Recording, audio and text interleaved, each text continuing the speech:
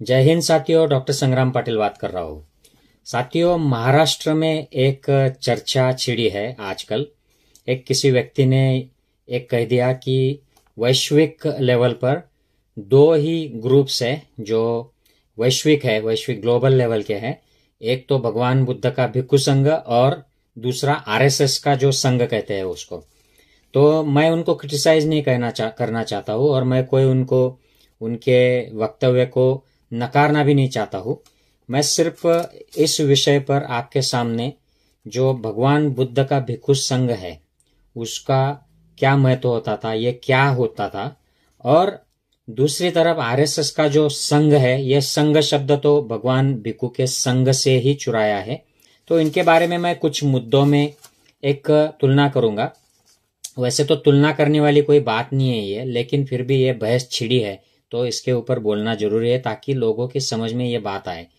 तो एक तो पूरा स्पिरिचुअल संघ है भगवान बुद्ध का, ये धर्म के पथ पर, सनातन धर्म के पथ पर चलने वाला और लोगों को वह राह दिखाने वाला, उस पथ पर चलने के लिए प्रेरित करने वाला, मार्गदर्शन करने वाला उच्च आध्यात्मिक अवस्था के लोगों का एक संघ होता है जो बुद्ध का भिक्खु संघ कहते हैं। और दूसरा जो आरएसएस का संघ है जो अभी 100 साल होने को आए उनको, ये प्योरली पॉलिटिकल बेसिस पे तैयार हुआ था कि जब अंग्रेज का शासन था और कांग्रेस के नेतृत्व में परिवर्तन हो गया, लोकमान्य तिलक जो थे वो एक्सपायर हो गए 1920 में, तो ये जो नेतृत्व महात्मा गांधी के हाथ में चला गया और वहां पर काफी सारे समाज के निचले तबके के जो लोग हैं तबके के वो आने लग गए, महिलाएं आने लग गई, मुसलमान जुड़ने लग गए, शूद्र, किसान, मजदूर सारे जुड़ने लग गए। तो ये आंदोलन ये सर्व समावेशक हो गया। तो उससे भयभीत होकर ब्राह्मण जो उस वक्त के लोग थे उन्होंने ये ब्राह्मणों की सत्ता आनी चाहिए, ब्राह्मणों का महत्व रहना चाहिए, डोमिनेंस रहना चाहिए, इस हिसाब से राष्ट्रीय स्वयंसेवी संघ ये ब्राह्मणों का संगठन बनाया। बाकी जो लोग बाद में जुड़ गए इसमें, सवर्ण लोग, बाकी गैर ब्राह्मण जो थे वो जुड़ गए। अब तो शूद्र अस्पृश्य भी इसमें जुड़ने लग गए हैं, लेकिन डोमिनेंस जो है ये सिर्फ ब्राह्मणों का ही होता है, क्योंकि इनका उद्देश्य जो है मैं आगे चलकर बताता हूं कि जैसे मैंने कहा कि भगवान बुद्ध का जो संघ है ये भगवान बुद्ध के पहले से चला आ रहा है। इसको पहले परिव्राजक संघ कहते थे और बाद में जब भगवान बुद्ध की वजह से धम्म में और क्रांति हो गई, उन्होंने जो लिबरेट होने की, एनलाइटनमेंट की जो साधना थी उसको फिर से ढूंढ कर निकाला, तो इसको फिर भिक्खु संघ कहलाने लगे। पहले वे परिव्राजक होते थे। तो भिक्खु संघ में आने से पहले लोग अलग अलग स्टेजेस से गुजरते हैं और ये उपासक जो गृहस्थ होते हैं उनको उपासक कहा जाता है। फिर श्रामणेर जो 20 साल के नीचे के जो होते हैं यंगस्टर्स, उनको श्रामणेर कहा जाता है। और फिर कुछ क्राइटेरियाज फुलफिल करने के बाद वो भिक्खु हो जाते थे। भिक्खु 10 साल के कड़ी मेहनत के बाद उपाध्याय होते थे और इस तरीके का वो चलता था। और इसका उद्देश्य ये था, भगवान बुद्ध ने बड़ी क्लियर शब्दों में कहा था, ये बहुजन हिताय बहुजन सुखाय, और सबको समाज में, देश के लेवल पर, ग्लोबल लेवल पर और इंडिविजुअल लेवल पर लोगों में शांति आ जाए, माइंड प्योर हो जाए, सबका दुखों से मुक्ति हो जाए, मानसिक शुद्धता आ जाए, इसलिए उसको तैयार किया गया था।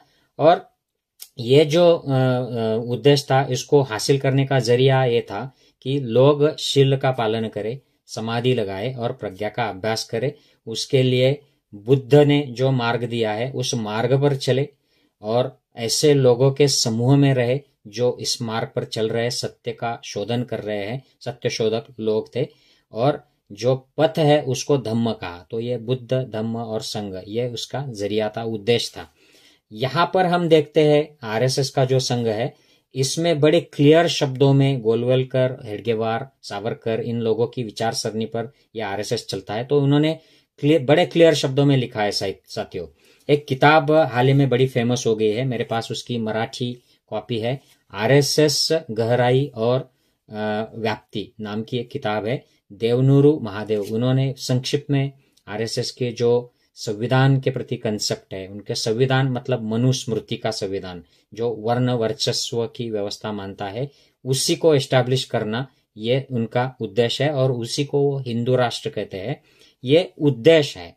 उसमें जरिया क्या है, तो लोगों को इकट्ठा किया जाता है, उनको बौद्धिक के नाम से कुछ मसाला दिया जाता है और फिर कुछ एक्टिविटीज की जाती है जिसका धर्म से या मन की शुद्धता से या इंडिविजुअल लेवल पे जो सुख शांति मिलती है, अध्यात्म की प्राप्ति होती है, उससे कोई लेना देना नहीं होता है। ये इसका पर्पज है हिंदू राष्ट्र तैयार करना। और हिंदू राष्ट्र मतलब ब्राह्मण श्रेष्ठत्व का, वर्ण वर्चस्व का एक संविधान बनाना जिसको मनुस्मृति कहा गया है, और इसी को एस्टैब्लिश करना, ये उसका उद्देश्य। ये हेडगेवार, गोलवलकर और सावरकर ने लिखा है और उसी पर आरएसएस चलता है। तो इसकी प्रेरणा क्या है? तो इसकी प्रेरणा जो है ये भगवान बुद्ध ने और उनके पहले जो बुद्ध थे हो गए, उनके बताए हुए मार्ग पर चलना, ये हो गई बुद्ध के संघ की प्रेरणा। और उससे इसमें फिलॉसफी क्या है? तो सिंपल सी फिलॉसफी बताई है बुद्धा ने। सब पापस्य अकरणं कुशलस्य उपसंपदा सचित्त परियोदपनं एतं बुद्धान शासनं। सब पाप जो है वो नहीं करना है, कुशल कर्म करने हैं, और मन को सचित्त परियोदपन, पूरे रूट से जो निगेटिविटी है उसको निकाल कर प्योर कर देना, यही सभी बुद्धों का शासन है, मतलब धर्म है, धम्म है। ये उसका ये प्रेरणा है उस जो मार्ग की। यहाँ पर प्रेरणा क्या है? तो ये जो ग्रंथ है, पुराण है, स्मृतियां है, ये प्रेरणा है। उसमें के जो बताए मार्ग है, वर्ण वर्चस्व है, उसके देवी देवताएं, अवतार, उसके कर्म कांड, पौरोहित्य, ये सब उसकी जो है ये प्रेरणा है इस मार्ग की। गोल क्या है? तो बुद्ध का संघ गोल यह है कि सबकी मुक्ति हो जाए, सब लोग दुख से मुक्त हो जाए, एनलाइटन हो जाए, सब बुद्ध हो जाए। और उसके लिए शील समाधि प्रज्ञा का मार्ग है और उसी के लिए काम करना है। शांति लानी है जीवन में, घर में, समाज में, देश में और पूरी दुनिया में। ये गोल है। यहाँ पर गोल क्या है? आरएसएस के संघ का हिंदू राष्ट्र बनाना है। और उसके लिए क्या क्या करना है? तो उसके लिए मनुस्मृति लानी है, हिंदू नाम पर लोगों को इकट्ठा करना है, फिर वर्ण वर्चस्व को अबाधित रखना है, उसको डिस्टर्ब नहीं करना है। उसके लिए अल्पसंख्यक जो है उनको कंट्रोल में कैसे रखना है, ये भी उनके किताबों में दिया गया है। ये जो मैंने किताब बताई है आपको, ये फ्री पीडीएफ उपलब्ध है और किताब भी उपलब्ध है मार्केट में, बड़ी सस्ती छोटी सी किताब है। और इस तरीके का एक मनुवाद एस्टैब्लिश करना, ये गोल है। इसके लिए साधन क्या क्या है? तो बुद्ध का जो संघ है उसके साधन है, एक भिक्षु लोगों का संघ बनाना। वहां पर वो कहाँ रहते हैं? तो एक विहार में रहते हैं। विहार एक नैसर्गिक जगह है, जंगल में हो सकती है, पहाड़ियों में हो सकती है, मोस्ट लाइकली ये गांव के बाहर होती है लोगों से, क्योंकि उनको वहां पर साधना करनी होती है, तप करना होता है। और उसके लिए एक साहित्य दिया गया है त्रिपिटक नाम का, उसमें यह सब डिटेल है। तो उसकी चर्चा करना, उसके ऊपर सवाल उठाना, उसको सारे तरफ से उसका अध्ययन करना, डिसेक्शन करना, ये और साधना करना, तप करना, ये उसके साधन हो गए। यहाँ पर साधन क्या है? आरएसएस के साधन तो आरएसएस एक संगठन है, उनके साथ एक बीजेपी नाम का पॉलिटिकल संगठन है, और ऐसे कई उनके संगठन है। बीजेपी, बजरंग दल है और विश्व हिंदू परिषद है, ये वाहिनी वो वाहिनी, औरतों के लिए एक संगठन है, अब तो मुसलमानों के लिए भी निकाल दिया है। तो ये किस रास्ते से चलते हैं हम देख रहे हैं। बीजेपी कौन से रास्ते पे चल रही है, बजरंग दल क्या करता है। आज ही मैंने सोशल मीडिया पे एक वीडियो देखा था कि बजरंग दल के कुछ कार्यकर्ता 2 मुसलमानों को जानवर की तरह पीट पीट कर मार रहे थे। क्यों मार रहे थे? क्योंकि वो दोनों नाचने के लिए आ गए थे, गरबा खेलने के लिए देवी के प्रोग्राम में, इसलिए वो उनको मार रहे थे। तो ये है उनका साधन, अल्पसंख्यक लोगों में डर पैदा करना, और उसके लिए जो बहुसंख्य लोग हैं उनको हिंदू नाम से इकट्ठा करना, और उनको ये धोखा दिखाना कि देखो ये लोग तुम्हारा धर्म खा जाएंगे, देखो ये लोग सबसे ज्यादा ताकतवर लोग हो जाएंगे, तो ये इस्लाम में कन्वर्ट कर देंगे देश को, देखो ये हमारे धोखा है, ये हमारे लड़कियों को उठा रहे हैं, लव जिहाद कर रहे हैं, ये आतंकवादी है, ये क्रिश्चियन लोग ऐसा करते हैं, बुद्धिस्ट लोग ऐसा करते हैं। पहले बुद्धिस्ट लोगों को ऐसे ही टारगेट किया गया था और उनको शूद्र और अस्पृश्य बना दिया गया था। ये बाबा साहब अम्बेडकर कहते हैं, मैं नहीं कहता हूं। और आज इन मुसलमानों को अस्पृश्य बना दिया जा रहा है, लगभग बन ही गए हैं मुसलमान, उनके बात साइड भी नहीं कोई ले रहा है आजकल। वो जैसे कोई निग्लेक्ट हो गए, जैसे हिंदू ब्राह्मण धर्म में, हिंदू धर्म में शूद्र अस्पृश्य होते थे, वैसे ही आज भारत देश में मुसलमानों की अवस्था हो गई है। उनको कोई ध्यान में नहीं लेता है, दे आर कंप्लीटली निग्लेक्टेड, अस्पृश्य हो गए हैं, शूद्र हो गए हैं वो। तो ये हो गई साधन की बात। अब देखते हैं कि मानसिक विकास किस तरीके से होता है। तो बुद्ध का जो संघ है, जो श्रवण संस्कृति का संघ है, उसमें मन की उच्च से उच्च अवस्था को प्राप्त करना, सत्य का एक्सपीरियंस करना, सत्य का साक्षात्कार करना, पूरी गलत फहमियां दूर कर देना, कोई भी अंधश्रद्धा नहीं, कोई भी मान्यता नहीं, श्रद्धा नहीं, भक्ति नहीं, इसमें सिर्फ जो आप देखते हो उसी को महसूस करो और सत्य का साक्षात्कार करो। उसी को कहा प्रज्ञा, यानी पकारे न जाना तेती प्रज्ञा। हर तरफ से चीज को, सत्य को जांचो, उसको प्रज्ञा कहा। सिर्फ एक ही चश्मे से सत्य को मत देखो। तो ये चश्मे उतार कर फेंकने का काम बुद्ध का संघ करता है। और आरएसएस का संघ क्या करता है, एक ही कलर का चश्मा देता है, उसी से देखो। हिंदुत्व जो भी है, मनुवाद, ब्राह्मणवाद, उसके चश्मे से देखो और उसी चश्मे को बनाकर उसका प्रचार करते हैं, लोगों को अंधभक्त करते हैं। सवाल पूछने की मोहलियत नहीं है, जैसे आदेश दिया जाए उसी तरह काम करना है। कोई सवाल पूछता है तो उसको दरकिनार कर दिया जाता है। हम देखते हैं आरएसएस में अगर कोई आवाज करता है, बीजेपी में आवाज करता है, उसको दरकिनार कर दिया जाता है, निग्लेक्ट कर दिया जाता है। कभी कभी तो उनके साथ हादसे भी हो जाते हैं। तो और क्या किया जाता है यहाँ पर, ये जो अंधभक्तों की टीम बनाई जाती है या फॉलोअर्स की टीम बनाई जाती है, इनको क्या विवेकवाद, रैशनलिज्म सिखाया जाता है। इनको कोई मानसिक उनका विकास हो, मन की सच्चाई या जग की सच्चाई उनके समझ में आए। एक कोई प्रॉब्लम है, समस्या है, उसको सभी तरह से उसको देखना चाहिए। पकारे न जाना तेती प्रज्ञा, उसको अगर सभी एंगल से देखना है तो ऐसी कोई शिक्षा दी जाती है कि आरएसएस में, बीजेपी में, बजरंग दल, विश्व हिंदू परिषद में नहीं, ये नहीं दी जाती है। एक यहाँ पर एक सिर्फ चश्मा फिक्स कर दिया जाता है। तो ये मुझे फर्क दिखाई देता है बुद्ध के संघ में और आरएसएस के संघ में। अब कुछ कंसेप्ट है जिस पर आरएसएस बात करता है, वो देखते हैं। वो वसुधैव कुटुंबकम की बात करते हैं। तो बुद्धा का अगर हम काल देखते हैं तो उसमें ये बुद्धा की जो शिक्षा थी, जिसमें करुणा थी, प्रेम था, सबके लिए मंगल की भावना थी, अहिंसा थी, बंधुभाव था, समता था और ये भाईचारा था। इसकी वजह से ये पूरी दुनिया में फैली हुई हमें नजर आती है। मतलब यहाँ पर जापान, चाइना के एंड से लेकर यूरोप तक ये फैल गई थी, अरब कंट्रीज में चली गई थी बुद्ध की शिक्षा।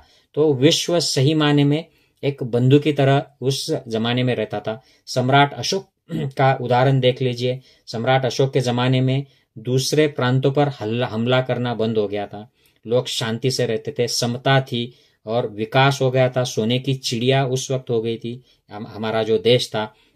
लेकिन अब ये जो बात करते हैं वसुधैव कुटुंबकम की, आरएसएस या बीजेपी या उनके संगठन, ये सिर्फ कोरी बात है। इनका देखिए आप, आरएसएस के बीच में ही एक भंवर मेघवंशी नाम के एक पुराने आरएसएस के कार्यकर्ता, स्वयंसेवक, उन्होंने अब छोड़ दिया है और इन्होंने एक किताब लिखी है, मैं कार सेवक था। तो उसमें वो बताते हैं कि कैसे आरएसएस संगठन के अंदर शूद्र अस्पृश्य को ट्रीट किया जाता है, उनका प्रोग्रेस रोक दिया जाता है और उनको मिसट्रीट करने वाले जो लोग हैं उनके ऊपर भी कोई कार्रवाई नहीं होती है, उनका आवाज ही दबा दिया जाता है। आप जरूर पढ़िएगा ये किताब, मैं कार सेवक था, भंवर मेघवंशी की। ये किताब अवेलेबल है, ऑनलाइन ऑर्डर कर सकते हैं आप। तो अलग अलग जो शंकराचार्य है, मठपति है, जो जाहिर वर्ण व्यवस्था का स्वीकार करते हैं, पुरस्कार करते हैं, ऐसे लोगों के पीछे ये लोग खड़े होते हैं। अलग अलग जो बुआ बाबा जो होते हैं, इनके पीछे खड़े होते हैं। और खुद आरएसएस संगठन के जो ओरिजिनल फादर है, हेडगेवार, गोलवलकर, सावरकर, जिससे वो प्रेरणा लेते हैं, इनको सबको वर्ण व्यवस्था चाहिए मनुस्मृति की। और मनुस्मृति स्पष्ट रूप से कहती है कि ब्राह्मण सबसे श्रेष्ठ है, उनके नीचे क्षत्रिय है, फिर वैश्य है और फिर शूद्र है। तो ऐसी विषमतावादी व्यवस्था ये उनके खुद के संगठन में, उनके खुद के देश में लाना चाहते हैं। जो पहले थी उसको फिर से एस्टैब्लिश करना चाहते हैं। तो ये विश्व में भाईचारा कहाँ से आएगा? अगर आप लोगों को विषमता में बटोर रहे हो, बांट रहे हो, तो उसमें भाईचारा की कोई बात नहीं है। और आप अगर इनकी हिस्ट्री देखें तो मुसलमानों के पोशाक से, उनके खाने से, उनकी प्रार्थना करने के तरीके से, उनकी मस्जिदों से इनको ऐतराज है। हिंदुओं में भी अगर कोई अलग बात कर देता है, अलग तरीके के विचार रखता है, तो उसके विचारों से इनको ऐतराज होता है। तो ये बंधुभाव या भाईचारा करने वाली बात नहीं कहते। ये हमेशा हम जो कहते हैं वो सही है और जो दूसरा कहता है वो गलत है, इस तरीके के अटैकिंग, क्रिटिसाइजिंग एटीट्यूड से इनका काम चलता है। तो ये कोरी बात है वसुधैव कुटुंबकम। दूसरी बात जो करते हैं विश्वगुरु की, तो मुझे स्पष्ट रूप से ये दिखाई देता है जब मैं इतिहास का अध्ययन करता हूं, तो भगवान बुद्ध के जमाने में और उनके बाद भी 500 से 1000 वर्ष तक भारत विश्वगुरु ही था, क्योंकि भारत में ईस्ट से, वेस्ट से, नॉर्थ से, साउथ से लोग आते थे और यहाँ पर शिक्षा लेकर जाते थे, विज्ञान पढ़ते थे, मेडिसिन पढ़ते थे और अलग अलग तरह की फिलॉसफीज पढ़ते थे। और ये अलग अलग यूनिवर्सिटीज थी, बुद्धिस्ट यूनिवर्सिटीज उस जमाने में। यहाँ से वो ज्ञान लेकर अपने देश में लेकर जाते थे, उसको ट्रांसलेट करते थे और वहां पर पढ़ते थे। तो भारत विश्वगुरु ही था। अब ये लोग फिर से विश्वगुरु बनाना चाहते हैं, लेकिन इनका तरीका जो है, ये ना रिसर्च को मानते हैं, ये हमेशा गाय गोबर में जाते हैं। और जो हमारे जो मूर्तियां प्रतीक है, गणपति हो या कोई भी प्रतीक हो, उन्हीं को साइंस मान लेते हैं। जो हमारे जो पौराणिक कथाएं हैं रामायण महाभारत की, उनमें जो भी दिव्य बातें बताई गई है, उनको वो आधुनिक जो आविष्कार होते हैं उनसे जोड़ देते हैं। जैसे प्लेन का आविष्कार वो कहते हैं कि उसी जमाने में हो गया था, प्लास्टिक सर्जरी उसी जमाने में हो गई थी, क्योंकि गणेश जी को एक हाथी का मुंह लटकाकर, हेड लटकाकर वो प्लास्टिक सर्जरी से फिक्स करा गया था। विश्वगुरु बनाने के लिए साइंटिस्ट लोगों का एक सपोर्ट करना होता है, उनको फंडिंग अवेलेबल करना होता है। और इस गवर्नमेंट ने तो फंडिंग काट दिया पूरा रिसर्च के जो स्टूडेंट है उनका। तो इससे ऐसे विश्वगुरु नहीं बनते, ये सिर्फ कोरी बात होती है। लोकतंत्र को मानते हैं क्या? तो साथियों, ये भगवान बुद्ध का भिक्षु संघ जो है, ये श्रमण संस्कृति जो है, बुद्धा के पहले की भी ये श्रमण संस्कृति होती थी। ये गणतंत्र में विश्वास करते थे, गण की व्यवस्था होती थी और ये गण का जो अधिपति होता था ये गणपति होता था। उसी की मूर्ति जो बुद्धिज्म की तैयार हो गई, उससे आगे जाकर ब्राह्मण पंथ में गणपत्य नाम का पंथ हुआ और आज हम उसको हिंदू देवता मानते हैं। लेकिन ये ओरिजिनली लोकतंत्र की निशानी है श्रमण संस्कृति की। भगवान बुद्ध के शाक्य के जो पिताजी थे शुद्धोधन महाराज, ये गणपति थे, तो ऐसे वो आई है। तो ये लोकतंत्र में विश्वास रखने वाले लोग थे। लेकिन आरएसएस का जो संघ है, ये मनुस्मृति का संविधान लाना चाहता है। वो बाबा साहब के संविधान को फालतू समझते हैं। उन्होंने बड़ी निगेटिव वर्ड्स में इसका डिस्क्रिप्शन किया है बाबा साहब के संविधान का, और वो बार बार इसको उखाड़ फेंकने का और मनुस्मृति का, हिंदू राष्ट्र का संविधान लाने की बात करते हैं। मनुस्मृति के संविधान में कोई भी लोकतंत्र नहीं है, ये विषमतावादी है। इसको जन्म के हिसाब से लोगों को कम और ज्यादा अधिकार दिए हैं, महिलाओं को कोई अधिकार नहीं है। ये सिर्फ सोचने, ये शोषण करने की, हमारी दासी करके रहने की ऐसी वस्तु है, ऐसी प्रजाति है, इस तरीके का वर्णन मनुस्मृति करती है। तो ये संघ जो है आरएसएस का, ये लोकतंत्र को नहीं मानता है, ये विषमतावाद को, मनुस्मृति को मानता है। अगली बात जो है, हम देखते हैं कि शांति और अहिंसा जो है, इसके प्रति ये दो संघ कैसा बर्ताव रखते हैं। तो जो बुद्ध का संघ है, ये तो शांति के लिए ही है। ये तो हम भी बताते हैं, हमारे प्राइम मिनिस्टर भी बोलते हैं कि दुनिया को युद्ध नहीं, बुद्ध चाहिए, गांधी चाहिए, ये बाहर जाकर बोलते हैं। तो ये जो आंतरिक शांति का जो संघ, जो इनका जो जरिया होता है, इनका मार्ग होता है, ये समाज में शांति लाता है, ये देश में और आजू बाजू के जो देश है उनमें भी शांति लाता है। ये हम देखा है, हमने जो मौर्य काल में हुआ था, बुद्धा के जमाने में अलग अलग राजाओं में हुआ था, राज्यों में हुआ था। लेकिन क्या आरएसएस समाज में, देश में शांति की बात करता है, शांति लाता है? उनके कामों से देश में, समाज में शांति आती है? आप ये स्लाइड देखिएगा। ये स्लाइड में आरएसएस के संबंधित लोग देश में कौन कौन से आतंकी घटनाओं में शामिल थे, इसकी ये लिस्ट है। और हमारे यहाँ पर एक एसएम मुशर्रफ करके एक एक्स पुलिस ऑफिसर है, उन्होंने करकरे जी की, जो हमारे आईपीएस ऑफिसर थे, उनकी मौत हो गई थी, उसके बारे में एक किताब लिखी है, आप जरूर पढ़ना, हु किल्ड करकरे। और उनकी भाषण भी यूट्यूब पे उपलब्ध है, वो देखना कि ये रियल फेस ऑफ टेररिज्म नाम की ये भाषण है। इंडिया में कौन है, कौन सही में टेररिज्म फैला रहा है।